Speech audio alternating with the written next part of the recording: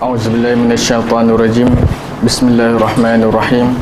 Alhamdulillahirabbil alamin wassalatu wassalamu ala asyrafil anbiya'i wal mursalin wa ala alihi wa sahbihi ajma'in. Rabbi shrah li sadri wa yassir li amri wahlul 'uqdatam min lisani yafqahu qawli, amma ba'd. InsyaAllah kita sambung surat berapa dah? 288. Bab perkara bahagian kedua, perkara-perkara yang wajib ketika melaksanakan haji. Ada beberapa perkara yang disebutkan di sini yang menjadi kewajipan dalam melaksanakan haji. Ada 9 perkara yang disebutkan dalam kitab ni. Perkara pertama, al-ihram minal miqat, berihram di miqat yang telah ditetapkan seperti mana kita sebut sebelum ni, miqat-miqat yang telah disebutkan dalam hadis Nabi sallallahu alaihi wasallam. Dan kita telah sebutkan sebelum ni berkenaan ihram. Banyak perkara berkenaan ihram, antaranya disunnahkan kepada kita bila nak berihram kita memakai di miqat, di tempat batasan untuk kita masuk ke tanah haram. Tapi kalau dah menjadi kepayahan, menjadi kesukaran kepada kita untuk nak pakai di miqat, kalau lah orang haji ni semua nak pakai di miqat belaka, payahlah berjuta-juta orang. Jadi kita pakai di tempat yang mudah. Sebelum sampai kita pakai, atas flight kalau kita pakai, atau di rumah lagi kalau kita pakai, maka dibolehkan dan diharuskan. Dan bila kita berihram dengan niat untuk memakai ihram, seperti mana telah kita sebutkan juga sebelum ni, bila kita niat memakai ihram, maka disunnahkan kepada kita melafazkan niat tersebut. Berihram, sama ada kita nak berihram dengan untuk melaksanakan umrah atau kita nak berihram kerana melaksanakan haji. Perkara yang kedua, wukuf di Arafah. Perkara yang menjadi wukuf di Arafah wajib, rukun. Tapi wajib wukuf di Arafah sampai malam bagi sesiapa yang datang ke sana pada waktu siang hari. Wukuf di Arafah rukun, tapi wukuf sampai ke malam itu adalah wajib, kewajipan. Yang mana biasalah kita tahu rukun dan wajib ni dua perkara berbeza dalam bab haji. Bila seseorang itu melanggar rukun haji, maka dia kena rosaklah haji dia. Dia tidak berwukuf di Arafah, maka rosak haji dia. Dia kena qada haji itu pada tahun yang berikutnya. Berbeza dengan kalau dia meninggalkan kewajipan haji. Dia kena dam dan sebagainya. Wukuf di Arafah bagi orang yang nak melaksanakan haji pada pagi Arafah, pagi 9 Zulhijjah, orang-orang yang nak melaksanakan kerja haji ni dia akan keluar selepas solat subuh, selepas terbitnya matahari, dia akan keluar berjalan menuju ke Arafah. Dan disunnahkan bagi ketika keluar untuk menuju ke Arafah, pertama disunnahkan untuk berjalan kaki. Ni untuk bagi yang mampu lah. Tapi kalau bagi tak mampu, boleh naik kenderaan dan sebagainya. Berjalan, tak tahulah, jauh juga ni daripada Arafah ke sejam lebih. Jalan kaki sejam lebih. Kau naik kenderaan sejam.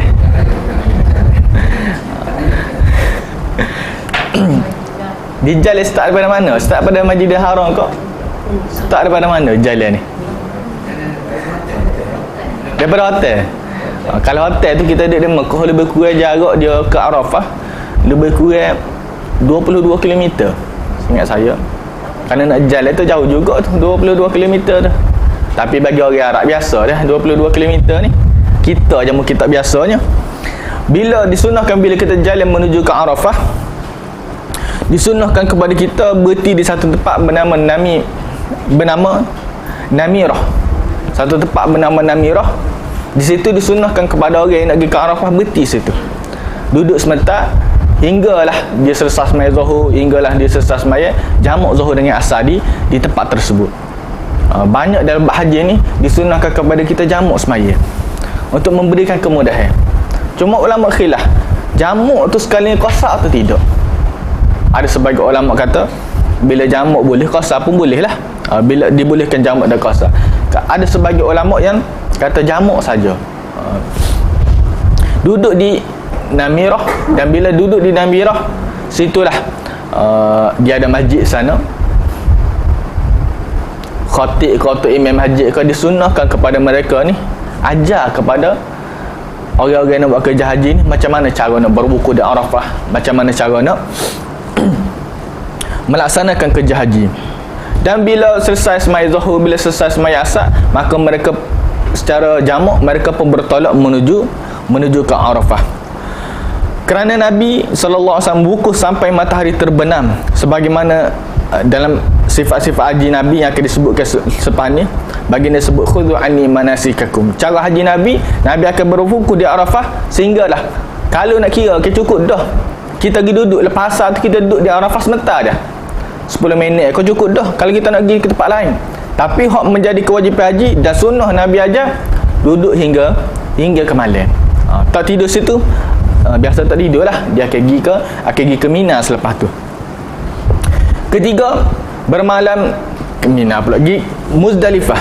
Ketiga, dia bermalam di Muzdalifah. Saya betulkan mana-mana tempat di Mekah ni, sebab kita tak nampak apa ni, bagaimana kedudukan dia tu. Bermalam di Muzdalifah pada malam penyembelihan sampai pertengahan malam. Kita duduk sana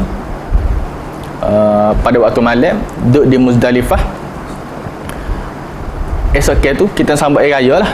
Kita duduk sana, dan jarak lebih kurang antara Muzdalifah ke Arafah lebih kurang 9 km. Jarak antara kita duduk di Arafah, kita nak pergi ke Muzdalifah, jarak dia lebih kurang 9 km. Bila sampai di Muzdalifah sebelum itu, berdasarkan perbuatan Nabi SAW. Yang keempat, bermalam di Mina pada malam-malam hari Tasyrik. Pada malam hari Tasyrik, ni pada malam ke-12. Ni pada malam yang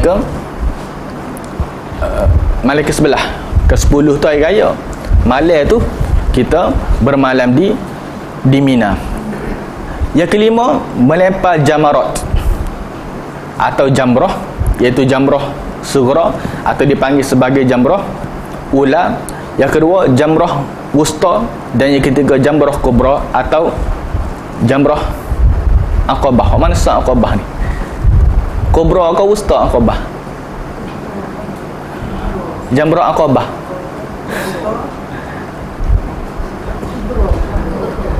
Dia ada 3 bentuk jamrah ni tak? Saya kena tanya sebab saya tak pergi lagi. Yang pertama, bentuk yang ada bumbung atas. Kalau kita di bawah tu, dia ada bumbung, dan dia jelah kalau ada bumbung. Ular tu, hak pertama tu, bumbung ke gapo? Kalau kita tengok gambar lah, kita akan nampak. Yang kedua, dia berbentuk tajam tu. Tajam tu tak? Yang ketiga baru hak berbentuk panjang tu. Dia ada 3. Hak mana sah Aqabah? Hak panjang tu kot atau hak tajam tu Aqabah? Tak berasa? Bakal lepas je.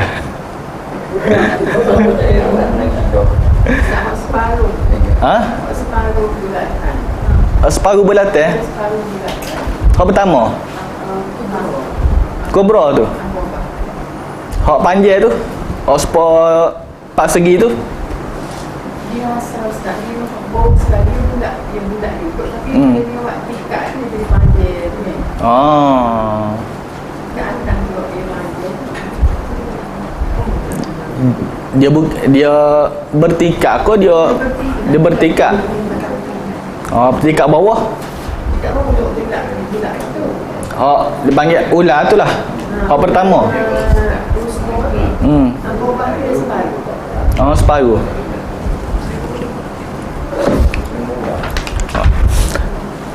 Melempar 3 Aqabah. Kalau Gidah pun tak berasa juga. Atau pergi lagi ni kan. Lagilah tak nampak ni.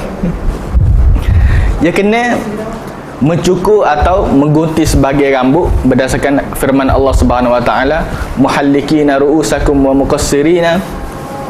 Orang-orang yang menggunting, mencukur rambut, dan juga orang-orang yang memendekkan memendekkan rambut. Bila orang telah buat melempar tadi, dan bila dia tawaf bila dia cukur, perkara yang ketujuh, tawaf wada' atau haji, tawaf perpisah. Hak ni bagi orang yang nak keluar daripada bumi Mekah lah.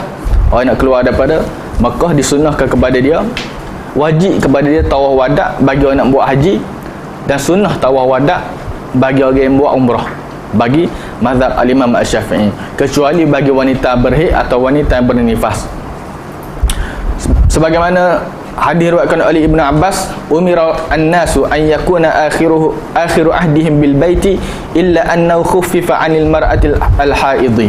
Diperintahkan kepada ramai supaya mereka menjadikan pertemuan terakhir adalah di Baitullahil Haram. Pertemuan terakhir sebelum pergi keluar daripada bumi Mekah adalah di Baitullahil Haram, iaitu dengan tawaf. Illa annahu khuffifa 'anil mar'ati, kecuali Nabi SAW memberikan keringanan kepada wanita yang berhaid, tak perlu untuk dia tawaf wada'. Barang siapa meninggalkan salah satu kewajipan haji dengan sengaja atau terlupa, maka dia menambahkan dengan membayar denda dam, dan hajinya sah berdasarkan ucapan Ibnu Abbas, man nasiya min nusuki syai'an aw tarakahu falyuriqhu ad-dam. Siapa-siapa yang meninggalkan ada 7 perkara wajib haji ni, siapa-siapa yang terlupa daripada melakukan mana-mana bahagian ibadah haji, atau dia meninggalkan dengan sengaja, falyuriq dam, maka hendaklah dia menyembelih haiwan untuk korban. Manasik selain disebutkan di atas, maka ia termasuk sunnah. Hal lain-lain itu semua adalah sunnah. Yang pertama, mandi untuk berihram. Disunnahkan kepada kita sebelum berihram kita mandi, dan kita memakai wangi-wangian, dan memakai 2 helai kain yang berwarna putih. Pertama, kain kita ikat kain sarung. Yang kedua, kain kita letakkan di atas bahu. Dan tidak ada sebagai orang ni bila dia ihram, dia buat semaya 2 rakaat sunnah ihram. Tidak ada sunnah dalam sunnah Nabi SAW semaya 2 rakaat untuk ihram. Adanya mandi dan juga memakai wangi-wangian sahaja. Yang kedua, memotong kuku, mencukur bulu kemaluan, mencabut bulu, semua bulu-bulu yang ada ni sebelum melakukan ihram. Tu disunahkan kepada kita. Sebab bila nak buat ihram ni lama, mungkin 3-4 hari. Kalau buat umrah, kalau buat haji tu lama lagi lah. Jadi kalau lah tak potong kuku lagi sebelum tu, menyebabkan kuku makin panjang, dan bulu-bulu lain juga makin panjang. Yang ketiga, tawaf kudum bagi haji ifrad dan haji qiran. Tawaf kudum, tawaf permulaan bila kita masuk ke Baitullahil Haram, disunahkan kepada kita melakukan tawaf kudum, tawaf selamat datang kepada Baitullahil Haram. Masjid-masjid ni biasa kalau kita pergi, disunahkan kepada kita buat tahiyatul masjid. Di Baitullahil Haram tak ada tahiyatul masjid.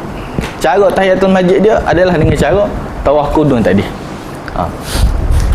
Dia akan sebutlah macam mana cara-cara tawaf pada perinci dia tadi.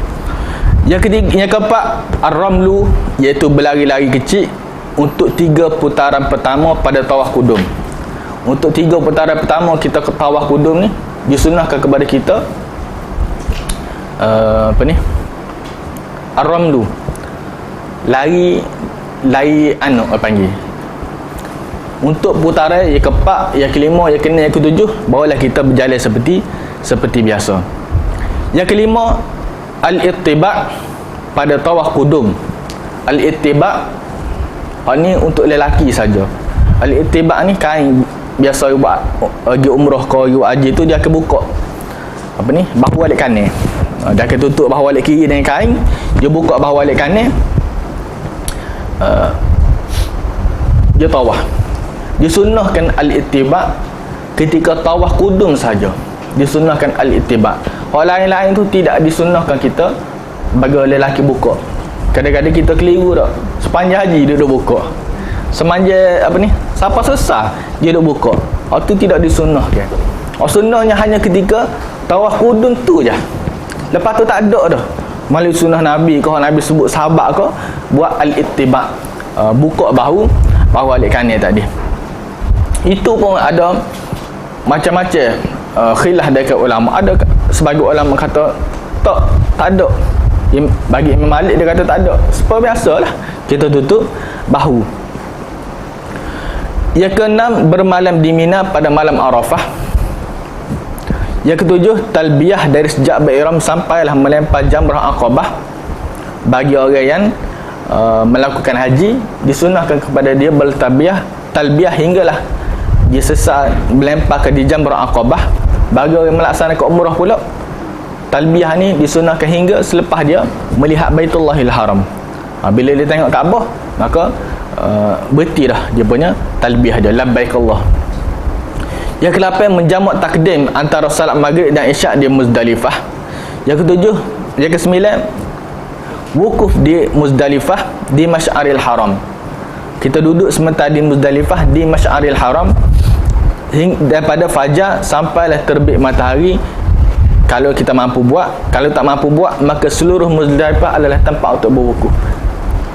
Bermalam tu duduk di Muzdalifah, berwukuf di tempat tertentu di Masy'aril Haram. Masy'aril Haram adalah salah satu tempat yang berada di kawasan Muzdalifah. Kalau tak mampu untuk wukuf sana, maka boleh di mana-mana saja tempat di Muzdalifah. Yang seterusnya, bab ketiga, larangan-larangan ihram, fidyah dan juga hadyu.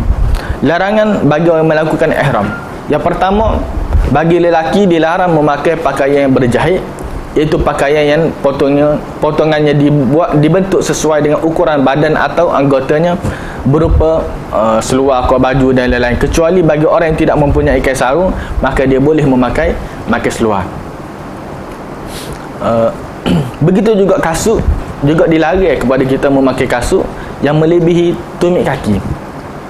Nabi SAW, kalau sahabat-sahabat nak pakai khuf kau, biasa sahabat nak pakai khuf, Nabi akan suruh kasut ni tak berjahit dah. Mesti ada berjahit belakang. Kau ada kasut tak berjahit, selipar tak berjahit. Selipar tu mungkin ada lah tak berjahit. Kasut, khuf, kalau khuf ada yang nak pakai khuf, maka Nabi SAW suruh supaya dikerak khuf tadi. Khuf ni asal dia, syarat sah untuk kita sapu atas khuf, kalau kita pakai khuf perlulah lebih daripada buku lali. Kita nak sapu di atas khuf, kita ambil semayang, syarat dia khuf perlulah lebih pada buku lali. Tapi bila kita nak buat haji, kalau tak ada kasut kita nak pakai, kasut lain, tak ada selipar lain kita nak pakai, maka Nabi suruh kerak khuf tadi biar bawah daripada buku lali. Yang kedua, memakai wangian pada badan dan juga pakaian. Selepas kita melakukan ihram, maka dilarang dah kita memakai wangian pada badan dan juga pada pakaian. Demikian juga menciumnya secara sengaja. Kita cium pakaian, kita cium bauan. Namun dia boleh mencium sesuatu yang memiliki bau harum dari tumbuh-tumbuhan di muka bumi. Dia boleh bercelak dengan sesuatu yang tidak berbau wangi. Yang ketiga, sepolah tu memotong kuku bagi lelaki dan perempuan. Yang keempat, menutup kepala bagi lelaki dengan sesuatu yang melekat. Namun seseorang muhrim boleh berteduh di bawah teduhan di bawah pohon atau yang seumpamanya. Seseorang muslim boleh memakai payung ketika ada keperluan. Menutup kepala ni benda yang bila kita letak, dia lekat di kepala kita. Topi cap ke, piyah ke, serban ke. Tapi kalau dia benda yang tidak lekat, seperti payung ke, atau kita tak ada tangan sebab panas ke, atau kita ambil kertas ke, kita tak ada sebab cuaca terlalu panas ke, maka itu dibolehkan. Bagi wanita pula, dilarang menutup wajahnya dengan sesuatu yang dipasang pada wajah dia, seperti niqab ke atau burqa. Namun wanita tetap wajib menutup wajahnya dengan kain kerudung di kepalanya saat ada lelaki yang orang asing lah. Wanita tidak boleh memakai sarung tangan. Wanita boleh memakai pakaian yang sesuai dengannya yang dikehendakinya. Boleh pakai apa-apa saja pakaian. Pakai baju kurung ke, cuma kita pelik lah tak kalau pakai baju kurung. Biasanya kita pakai baju yang baju kosong, baju yang tidak ada corak. Barang siapa yang memakai wangian atau menutup kepalanya atau memakai pakaian berjahit kerana kejahilannya atau lupa atau dipaksa, maka tidak ada dosa atasnya berdasarkan sabda Nabi, "Ufiya li ummati al-khata' wa nisyan wa mastukrihu alaihi." Kalau lah dia pakar tu kerana tak tahu benda tu salah, maka dimaafkan kepada dia. Kalau lah dia pakar tu kerana terlupa, teringat dah biasa duk pakar sama piyah, tiba-tiba sana lagi pakar piyah, kerana terlupa, maka dimaafkan. Begitu juga kerana dipaksa. Yang kelima, perkara yang diharamkan adalah akad nikah untuk diri sendiri dan juga untuk orang lain. Sama ada kita nak nikah ke, atau kita tulis akad nikah kepada orang ke, kebetulan kita jadi wali, jadi wali sana, maka diharamkan, tak dilarang. Yang kena berhubungan antara suami isteri seperti berjima. Yang ketujuh, bercumbu atau kita bermesra dengan isteri tanpa melakukan hubungan tidaklah merosakkan manasik haji. Demikian juga mencium atau membuat sesuatu yang boleh menimbulkan syahwat tapi tidak dengan cara kita bersetubuh, maka juga boleh menyebabkan haji tersebut rosak. Membunuh dan berburu haiwan buruan darat.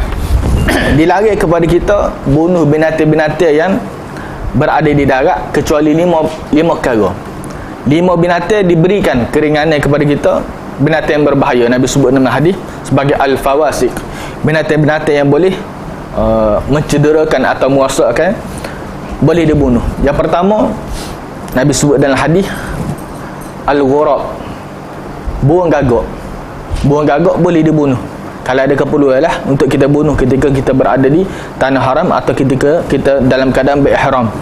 Yang kedua, boleh kita bunuh al-fa'run, tikus.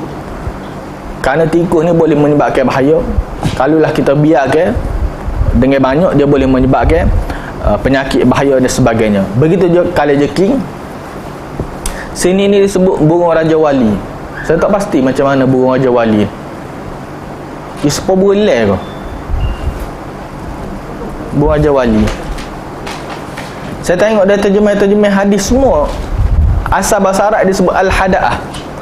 Al-hada'ah ni dia terjemah sebagai burung Raja Wali. Boleh, saya tengok kebanyakan kitab-kitab terjemah ni, kitab hadis kau semua terjemah lagu tu. Dan bila saya tengok kaji balik, al-hada'ah ni dia ibarat super bulan.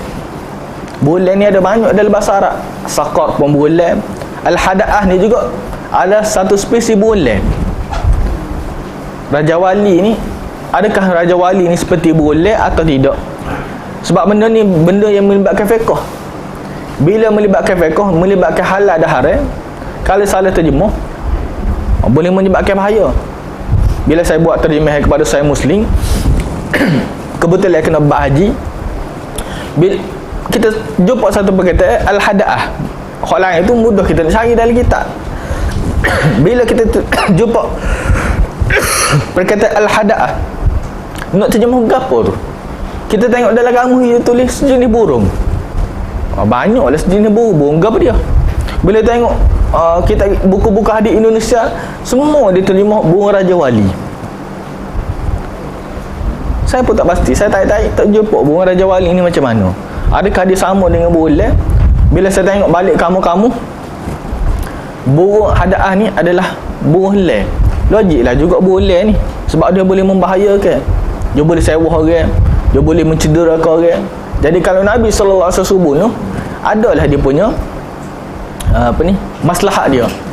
Burung Raja Wali ni seingat saya dia tidak membahayakan. Kau ada tahu macam mana burung Raja Wali?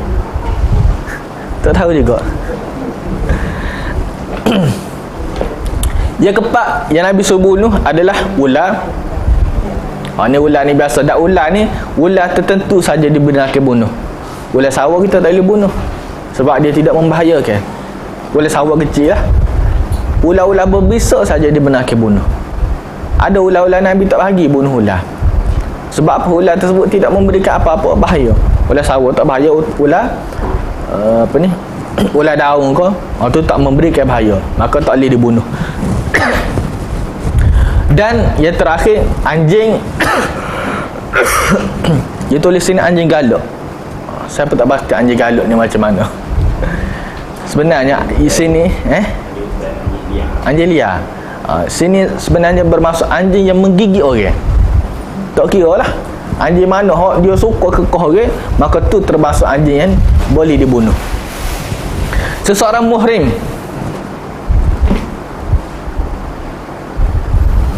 kita tukar sama kita guna muhrim ni. Sepatutnya mahram. Ada pak kita terjemah betul, ada pak kita terjemah tak betul. Biasa kita nak sebut hubungi ni kita sebut muhrim. Dia muhrim saya, sepatutnya dia mahram saya. Tapi apa bila kita sebut sumbang mahram, betul pula tak? Kita tak sebut sumbang muhrim. Asalnya mahram lah. Muhrim ni dia merujuk kepada orang yang memakai pakaian ihram. Tidak boleh membantu untuk membunuh haiwan buruan darat. Kalau ikan tak apa, kita nak makan. Tapi masalah dia Mekah nak jumpa mana ikan tak? Tak jumpa lah laut sana. Dan bukan setakat membunuh, tolong bunuh pun tak boleh. Ada saya sahabat ni disebutkan dalam hadirat Muslim, Ka'ab, saya ingat saya Ka'ab ke nama gapa sahabat ni, dia bersama sahabat-sahabat yang lain. Sahabat-sahabat lain ni semua berihram laku, dia je tak berihram pada waktu tu. Bila tak berihram, tiba-tiba dia duduk dengan sahabat-sahabat ni, tengok-tengok duduk buat dengan sahabat ni, tengok tiba-tiba mari seekor keldai. Seekor keldai lah, donkey, himar. Lalu dia pun ambil kuda dia poyak kepada saing dia, acuk mari lembing, acuk mari lembing tu, aku nak gigat himar tadi. Semua saing dia tak siwi berlaku. Sebab apa? Sebab Nabi SAW pernah pesan, tolong orang apa tak boleh. Atau kita isyarat kepada dia, dia ni tak berihram, kita berihram, kita ayat kepada dia, tu kita tunjuk kepada dia, tu pun tak boleh dia. Kita tunjuk kepada dia supaya dia bagi isyarat supaya dia igat kau, supaya dia bunuh kau, atau kita buat apa-apa yang membantu dia supaya dia bunuh. Dia duk cari binatang duk mana, kita pun tunjuk duk mana binatang tadi. Tu pun dianggap sebagai kita membuat melanggar larangan orang yang melakukan ihram. Kita makan tak apa, dia bunuh, dia bagi kita makan, tu tak apa. Kita tolong dia bunuh, tu tak boleh. Sebab bila pergi pada Nabi SAW, sahabat ni dia sembelih keledai tadi, dia bagi kepada sahabat-sahabat lain. Sahabat-sahabat ni semua pakai ihram belaka. Sebahagian dia kata, sebahagian tu nak makan, sebahagian lagi tak usah makan. Orang makan ni, ya tak apalah, kita bukan tolong dia bunuh, kita bukan kita yang bunuh, kita makan. Sahabat lain lagi kata tak usah makan, sehinggalah Nabi SAW berikan kebenaran. Bila dia bawa kepada Nabi, Nabi tanya, ada lagi kau lebih untuk dia makan. Dan tidak boleh dengan isyarat, dan tidak boleh dengan selainnya. Isyarat kau, dia tunjuk kau atau mesej kau sayang dia kau, dia tidak boleh makan haiwan buruan yang diburu untuknya. Kalau haiwan itu diburu untuk dia, maka tak boleh. Kalau kawan tu buru untuk dia sendiri nak makan, dia tu tak berihram, tapi dia bagi kepada orang lain, maka tak apa. Kalau lah diburu untuk dia tu sendiri nak makan, kita ada hamba-hamba kita tak berihram, kita je berihram, tiba-tiba hamba kita tu gigat binatang tu untuk kita makan, maka diharamkan juga kepada kita untuk makan. Yang ke-9, seseorang muhrim maupun yang bukan muhrim tidak boleh memotong pohon yang tumbuh di tanah haram atau tanaman rumput hijau yang tidak mengganggu. Di tanah haram, sama ada orang tu pakai ihram ke orang tu tak pakai ihram ke, maka dilarang kepada dia memotong pokok, cabut rumput-rumput yang berada di tanah haram, kecuali ada satu pohon yang Nabi SAW berikan kebenaran, pohon idkhir. Idkhir ni dalam hadis-hadis Nabi, sahabat-sahabat tanya Nabi SAW, bila Nabi SAW lagi, sahabat tanya, bagaimana pula pokok idkhir ya Rasulullah? Sebab pokok tu kita guna, biasa guna pokok ni dia buat atap ke, dia perlukan pokok tu. Kalau lah tak boleh nak potong, tak boleh nak kerak daun dia ke, tak boleh nak kerak pokok dia ke, macam mana kita nak guna? Lalu Nabi berikan kebenaran supaya dikecualikan pokok tersebut. Bahagian kedua, fidyah dan larangan-larangan melakukan ihram. Fidyah, ada dua jenis fidyah bagi orang yang melakukan ada dua jenis fidyah. Yang pertama, fidyah orang yang meninggalkan benda yang wajib. Bila dia meninggalkan benda yang wajib, maka ada fidyah dia. Yang kedua, fidyah bagi orang yang membuat benda yang dilarang. Tinggal hak wajib lain, buat benda hak dilarang, itu fidyah lain. Lepas tu fidyah kalau berjemuk, itu lain pula dia punya dam, dia punya fidyah dia. Itu berbeza pula. Fidyah bagi orang yang meninggalkan benda wajib, tak kira lah benda wajib haji kau, benda wajib umrah kau, seperti dia tinggal bermalam di Muzdalifah, dia tak bermalam di Muzdalifah, atau dia tinggal benda-benda wajib yang lain, maka fidyah dia adalah seperti mana dam, iaitu dia kena sembelih 1/, kalau lembu 1/7 lah, so bahagian lembu atau so bahagian uta. Kalau tak ada lembu, tak ada uta, maka seekor kambing yang cukup setahun. Kalau tak ada kambing, maka beri yang 6 bulan. Itu dan dia kena sembelih di tanah haram, dan dia kena bagi kepada orang-orang fakir dan fuqara yang berada di sekitar tanah haram. Kalaulah dia tak ada, maka dia puasa 10 hari. 3 hari sewaktu dia dalam hari-hari haji, sewaktu dia duduk di Mekah, dan 7 hari setelah dia balik ke rumah. Bila dia balik 7 hari dia puasa. Nabi Allah Ta'ala sebut, faman lam yajid fasiyamu salasati ayyamin fil haji wa sab'atin idza raja'tum tilka 'asharatun kamilah dzalika liman lam yakun ahlu hadiril masjidil haram wattaqullaha wa'lamu annallaha syadidul 'iqab. Faman lam yajid fasiyamu salasati ayyam, siapa-siapa yang tidak ada binatang-binatang tadi kerana dia meninggalkan kewajipan haji, maka dia kena puasa 3 hari sewaktu di Mekah, sewaktu hari-hari haji, dan 7 hari sewaktu dia kembali ke rumah.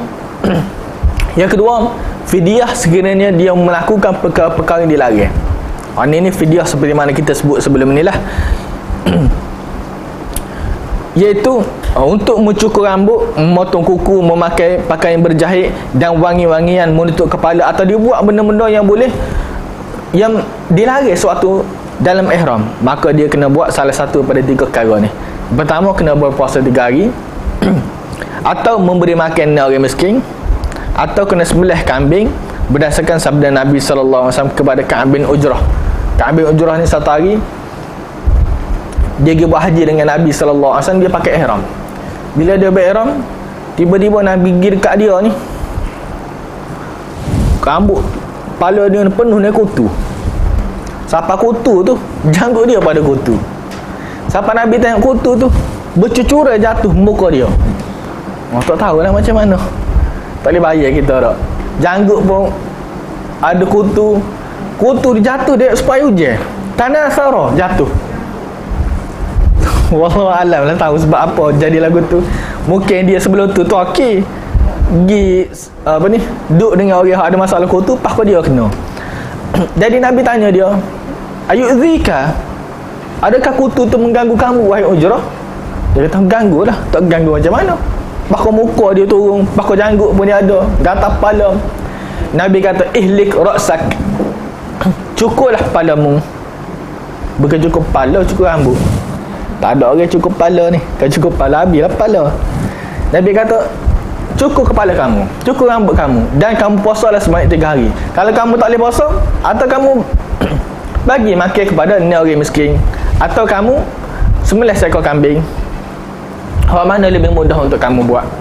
Kalau kamu tak ada nak puasa, kamu sembelih seekor kambing. Kalau tak boleh sembelih seekor kambing, bagi makan kepada orang miskin, yang mana setiap 2 orang miskin 1 gantel. Kalau ni orang 3 gantel. 3 gantel makanan lah. Kalau sana gandum lah. Gandum kau berah. Perbuatan-perbuatan lainnya dikiaskan kepadanya kerana ia diharamkan dengan sebab ihram dan tidak merosakkan haji. Yang kedua, untuk membunuh haiwan buruan, maka pembunuhnya diberikan pilihan. Kalaulah dia bunuh binatang, maka kafarah dia atau fidyah dia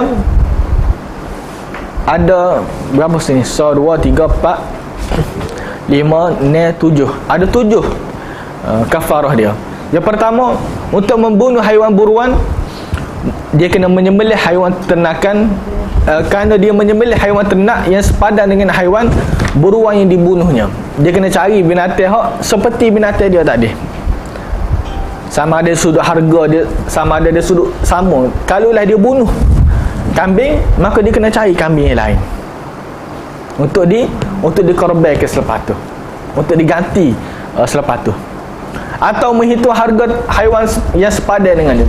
Kalaulah tak ada binatang tu, tak ada binatang lain yang boleh digantikan, maka dia membayar dengan harga binatang tadi, dan dia membeli makanan asasi yang sah dalam zakat dengan nilai harga yang sepadan dengan haiwan tersebut, lalu dia memberikan makan bagi setiap satu orang miskin satu mud beras gandum atau setengah sok dari selain beras gandum seperti kurma dan jawawut. Apa dia tahu jawawut ni?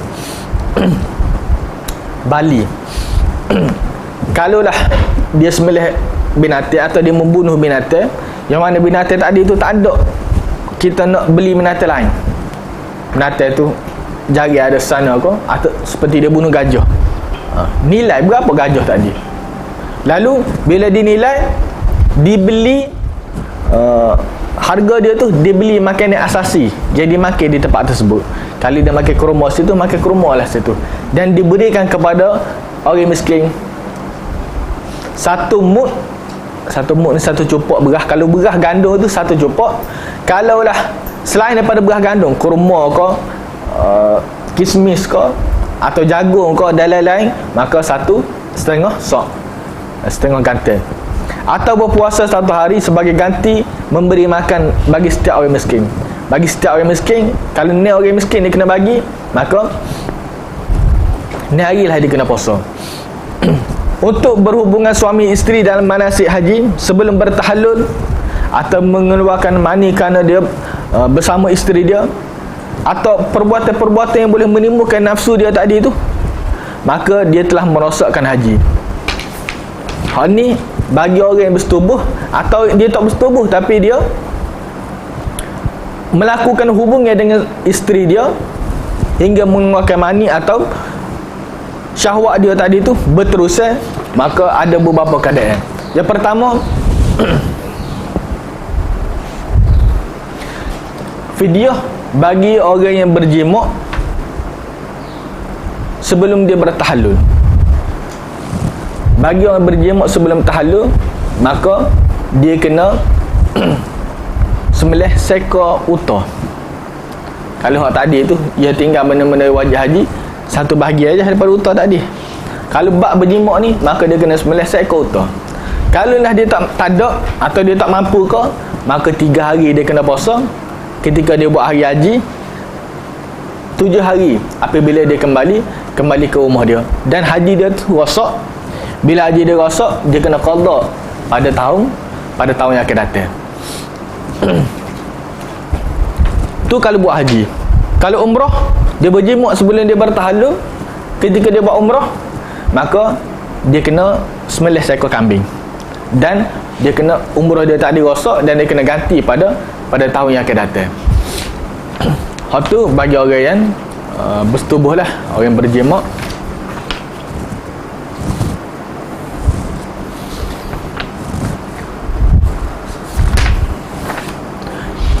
Adapun hubungan suami isteri sesudah tahallul awal, maka ia tidak merosak haji dan wajib menyembelih kambing. Tapi kalaulah orang tu buat haji setelah tahallul awal dah, tahallul dia ada 2, tahallul awal, tahallul tsani.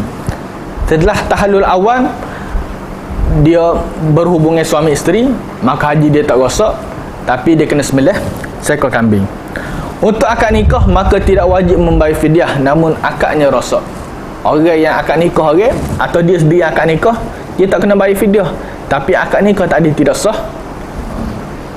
Dia nikah orang pun tak sah, orang tu tak sah. Kalau dia nikah dia pun tak sah, kecuali Nabi SAW je. Nabi dalam hadis riwayat Muslim dan lain-lain, bila Nabi buat haji, Nabi dalam keadaan ihram, Nabi akad nikah. Nabi nikah dengan Maimunah, kata tak silap saya. Itu dikhususkan kepada Nabi SAW. Kalau orang lain, maka tak sah perkahwinan tersebut. Bahagian yang ketiga, hadyu dan hukum-hukum dia.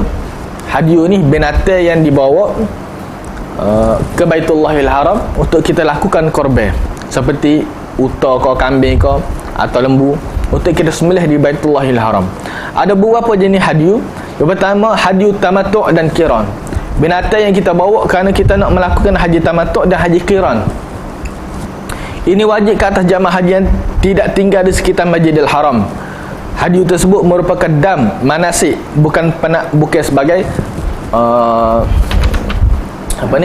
bukan sebagai denda, tapi sebagai dam untuk melakukan haji bila kita melakukan haji tamattu' dan haji qiran. Haji tamattu', haji qiran. Haji tamattu' dua-dua ni kita buat haji dan umrah pada tahun yang sama. Cuma beza dia, haji tamattu' ni kita niat buat umrah. Lepas selesai kita buat umrah, kita bertahallul, kita bertahallul, kita boleh buatlah benda-benda boleh ya, seperti biasa. Benda-benda yang diharam suatu ihram kita boleh buat. Lepas bila masuk waktu haji pula, kita ihram untuk haji pula, maka dibolehkan. Biasa orang lebih senang buat haji tamattu' lah. Sebab apa haji tamattu' ni? Sebab kita daripada Malaysia ni, kita tak tahu berapa kali kita boleh pergi Mekah. Boleh jadi sekali tu yang kita pergi. Jadi bila-bila kita nak buat haji tu, kita buat haji tamattu'. Kita pergi sana tu, kita niat umrah. Bila kita sampai di Mekah, kita duduk di Mekah, kita niat umrah. Bila sampai di Mekah, kita buat kerja-kerja umrah, habis siap, kita bertahallul. Bila bertahallul, kita boleh bebas dah lah. Bila masuk waktu haji, baru kita ihram pula. Tu tak ada masalah lah, sebab kita boleh ihram di Mekah. Tak perlu di Mekah sebab kita nak buat haji. Kalau kita nak buat umrah, baru kita kena keluar daripada kawasan Mekah. Okay, bila selesai haji, kita tahallul, selesai lah. Jadi dia lebih memberikan keringanan lagi. Sebab kalau orang buat haji ifrad ni payah. Kalau buat haji qiran ni dia payah sikit. Sebab haji qiran ni dia kena niat umrah dengan haji sekali. Bila niat sekali, kalau lah dia selesai buat umrah dah, dia tak habis lagi tu, dia masih lagi dalam keadaan ihram. Jadi sampai habis haji tu baru dia boleh buat benda-benda yang dilarang sewaktu ihram. Lama lah, kalau 10 hari lah.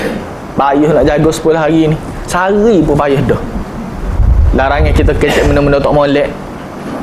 Nak jaga sehari tu payah dah. Nyamuk main ketik kita. Tak boleh kita nak kata. Kena ambil gitu je. Payah kita nak buat. Jadi sebab itulah ramai suka buat haji tamattu'.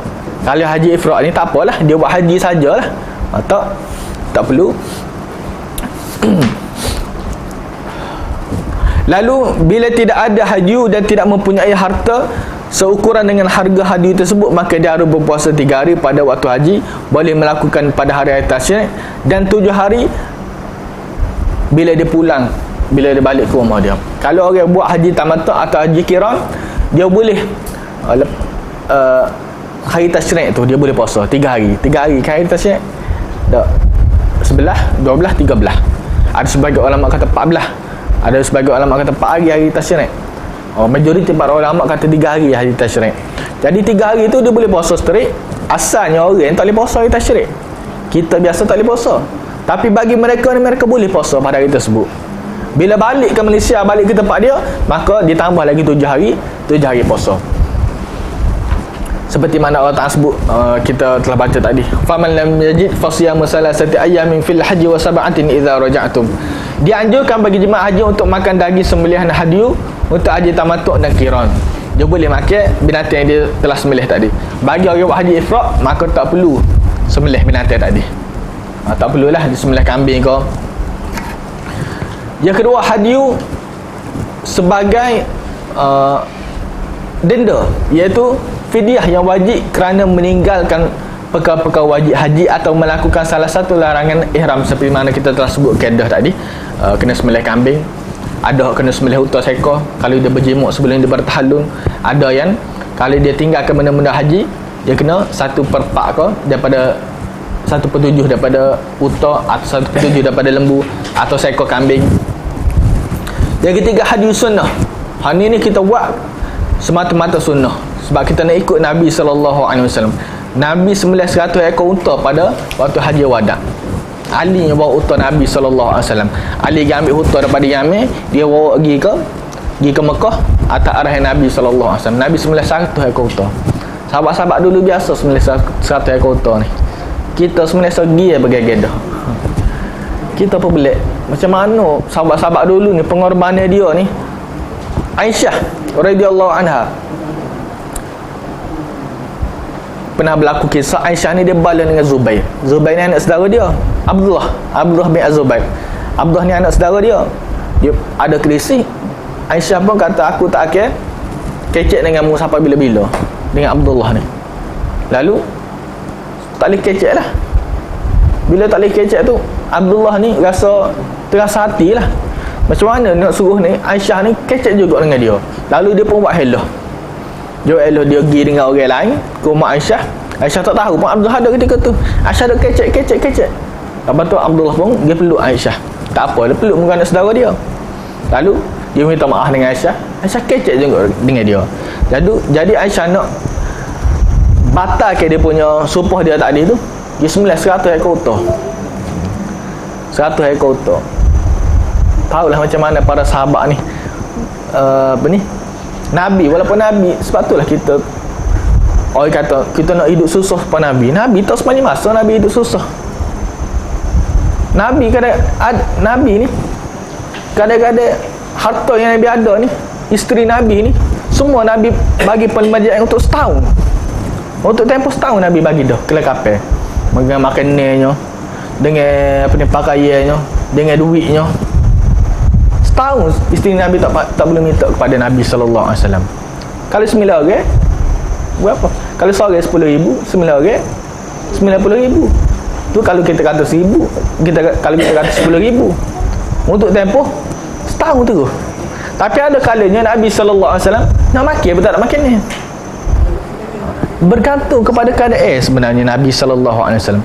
Tidaklah semua keadaan Nabi ni lapar semua. Kita tengok dia ni lapar sama berapa nak ikut Nabi sallallahu alaihi wasallam. Tak gitu. Kehidupan para sahabat ni, bila sahabat-sahabat dapat rapah Khaibar, kita boleh tengok. Aisyah kata, sebelum ni kami tak pernah makan kurma kenyal seperti mana hari ni. Sahabat-sahabat berkenyal dah ada makan ni, kenyal lah. Kalau lapar ni kalau tak ada, ni kita bisu ada tapi nak pelapar. Tu tak boleh lagu tu. Diet tu lain lah. Kalau orang nasihat supaya diet, tu beza. Ni kita dakwa, kita kena sedikitkan harta, kita kena hidup susah kerana Nabi lagu tu. Tak betul lagu tu. Nabi sallallahu alaihi wasallam pakai pakaian yang paling mahal pada zaman dia. Sahabat-sahabat bagi kepada Nabi. Sahabat-sahabat diri hidup dengan senin. Bahkan kalau kita tengok sahabat-sahabat orang paling kaya, sahabat-sahabat paling kaya ni, kalau kita kira harta dia, tak ada orang kaya seperti zaman kita lah ni. Harta dia. Bahkan sahabat hosok ni, orang miskin ni pun kaya pada kita kalau kita ikut zaman ni. Sahabat paling miskin tu. Nak bagi tahu kepada kita situasi ni dia tidak sama. Nabi bila Nabi ada banyaklah Nabi. Cuma bezanya Nabi bila ada duit banyak, Nabi banyak juga infak. Bila ada sikit, Nabi infaklah cara sikit.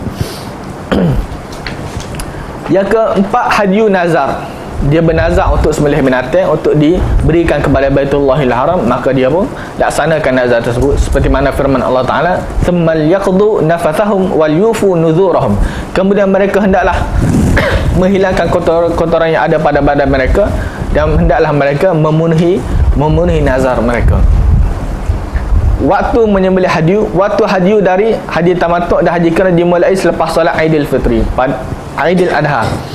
Pada hari Korban tu, bagi orang tamattu' dan orang yang melakukan haji kiraan, maka dia sembelih pada hari tersebut sampailah hari akhir tasyrik dia boleh sembelih.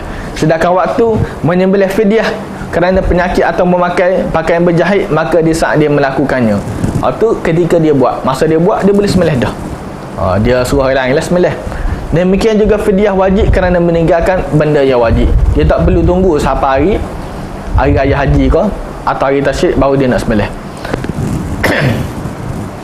Untuk dam yang disebabkan adanya halangan pengempungan, maka waktunya saat ada sebab tersebut, iaitu seekor kambing atau sepertujuh lembu atau unta berdasarkan firman Allah Ta'ala, fa in uhsirtum famastaysara minal hadi.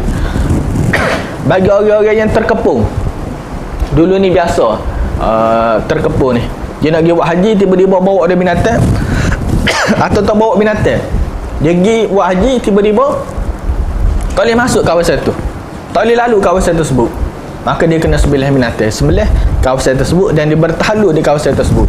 Dia tak perlu masuk ke Mekah. Dia balik semula ke kawasan dia, ke tempat dia. Tahun depan dia buat pula haji. Tempat menyembelih disunnahkan menyembelih tadi di Mina, namun jika dia menyembelih di wilayah haram manapun maka dibolehkan. Mana-mana saja di tanah haram maka dibolehkan. Demikian juga fidyah kerana meninggalkan wajib haji atau melakukan larangan ihram, maka tidak boleh disembelih kecuali di tanah haram. Kalau buat benda-benda tadi tak boleh sembelih kecuali di tanah haram. Tak boleh nak sembelih Malaysia kau, nak tunggu balik dulu baru nak sembelih, maka dilarang. Selain hadyu yang disebabkan adanya halangan, di mana hadyu tersebut disembelih di tempat dia tertahan, kecuali orang yang dihalang untuk masuk ke Baitullahil Haram, ke Baitullahil Haram, atau orang yang dihalang untuk masuk ke kawasan-kawasan haji, maka dia boleh sembelih di mana-mana saja yang dia boleh buat. Jemaah haji dianjurkan menyembelih hadyunya sendiri, namun bila dia mewakilkan kepada orang lain maka tidak mengapa. Saat menyembelih hadyu dianjurkan menyebutkan bismillah, Allahumma hadza minka walaka. Untuk syarat-syarat hadyu maka sama seperti syarat-syarat kita sembelih haiwan korban, iaitu yang pertama, haiwan disembelih adalah haiwan ternakan berupa unta, sapi dengan lembu. Sama Indonesia tak sama. Kalau pergi Sabah tak sama sapi dengan lembu ni, dia beza. Cuma saya tak tahu nak beza macam mana. Kalau tanya kepada dia akan kata beza sapi dengan lembu. Beza macam mana? Wallahu a'lam.